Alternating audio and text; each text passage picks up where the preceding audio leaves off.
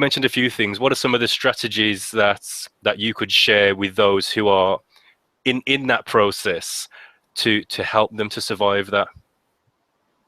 I think being, it really depends on what your position is, but I think, for me, when I started, I didn't have much money. I wasn't trying to raise money or anything. I was just trying to kind of bootstrap as I went. So I think that, being scrappy is really important. I think like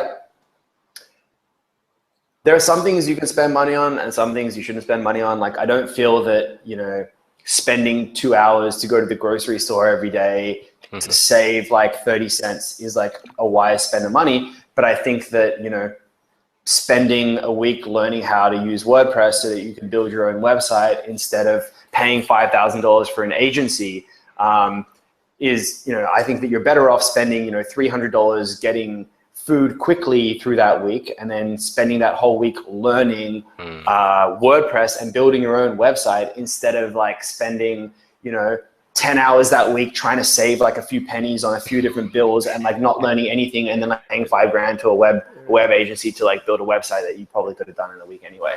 Yeah. So I think it's like being smart about what you spend your money on. And generally I think that you shouldn't be spending money on anything high ticket initially. Don't spend a lot of money on logos. I spend a lot of money on websites. Really kind of control that spend. And then really pick like what you're going to focus on and then focus on getting that profitable. Doesn't need to be highly profitable. It just needs to be profitable. And then try and systemize it.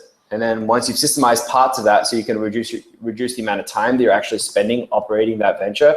So for me, it was like the e-commerce store. So it was like, first I got to figure out the product, and then I got to find customers, and then I have to do fulfillment, and then I have to do support. So those are like the main things, right? And then once I did all of that on my own. I did my own website, I found my own customers, I did my own support, I did my own fulfillment.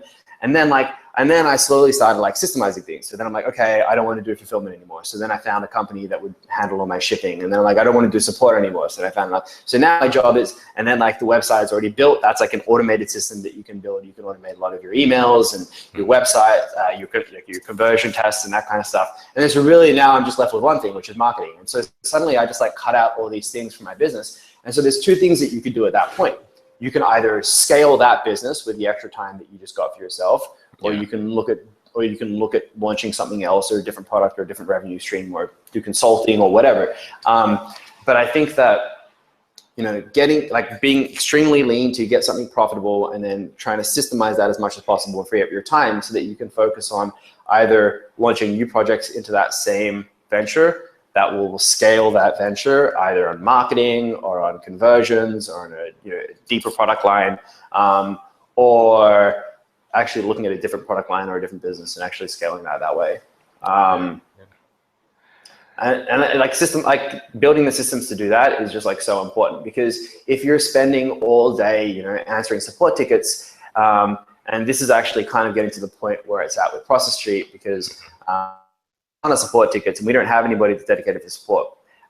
It's a little bit different because we're doing product development. So we actually need to talk to our customers to learn like what we need to build. It's not like we have like a completed product. If you're selling t-shirts or something, like you're not really going to be iterating on those t-shirts. You're just selling them, right?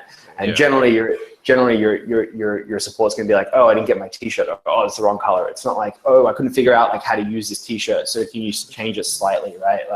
So it's a little bit different, but it's still getting to the point where now I spend so much time on sales and support that it's kind of difficult for me to launch new projects. And so I kind of am where I'm building out the development team, and that's like what I'm focused on now. But it's going to get to a point where I'm going to have to bring somebody else in, systemize the support, systemize the sales, so then I can focus on other projects like scaling on marketing and things like that. Yeah. There's a lot in there I want to unpick.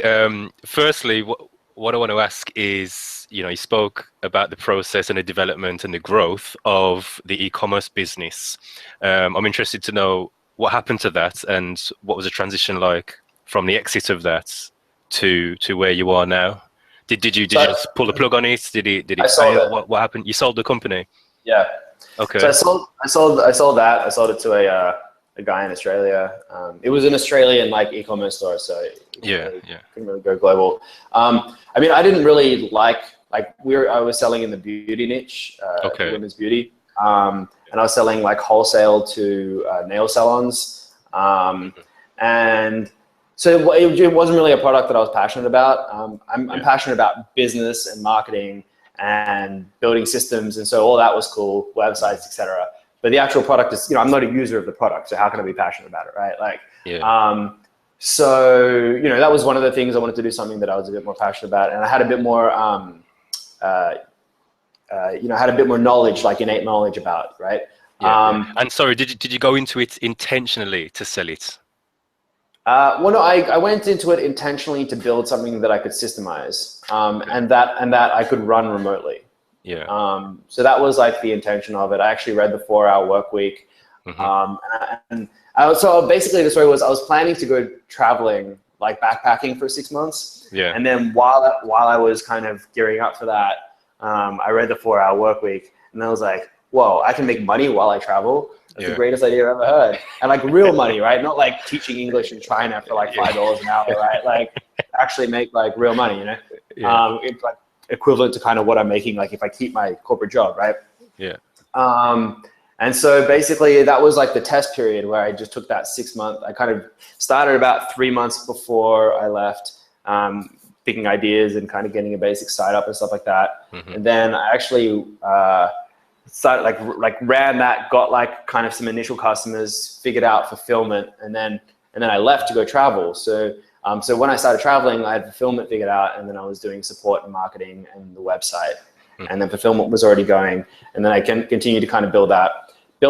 So, and then after 6 months, I was making enough money that I didn't have to go back to my job. So then I just kept traveling. Did that for about another year, running that website. Went back to Australia and then sold it. And then from there, I actually went to the US, and I started going to a lot of the conferences. So I started going to. So like I'd all been online so far, so I hadn't really been engaging with people in like the internet space in person. I'd been meeting people online, on forums, that kind of stuff, reading about SEO and AdWords. That was how we got most of our traffic. SEO, AdWords, and then just outbound email to nail salons in Australia, where we just get on Odesk and scrape lists and then just do outbound. That was pretty much forum sponsoring. That worked well as well, actually. So there was like some nail forums in Australia, and I'd sponsor the forums. Okay. And so I was just learning all this on my own. And by the time that I sold the website, I knew about SEO, I knew about AdWords, I knew about email marketing, I knew about conversion optimization. And so I had like some skill sets, and I started, I saw all these products, people making all this money. I'm like, I want to do that. And then I started, I bought a few of the courses and kind of went through them and learned a few different things. And anyway, the most important thing though was actually going to the US and going to conferences and actually meeting people in person and building real relationships with people that were already many leaps and bounds ahead of me, and like where they were at with their businesses, already doing 5 or 6 figures a month in revenue. So yeah, I basically did that, Blog World, which is like New Media Expo now, and Affiliate Summit and LeadsCon and those kinds of conferences, and did that for about a year and kind of tested a bunch of different ideas, and ended up partnering with some guys in Arizona, and then kind of set up an office there and started doing lead gen. And then so that was the lead gen company that I ran for the next 4 years. And that all came from someone that I met at a conference. Okay.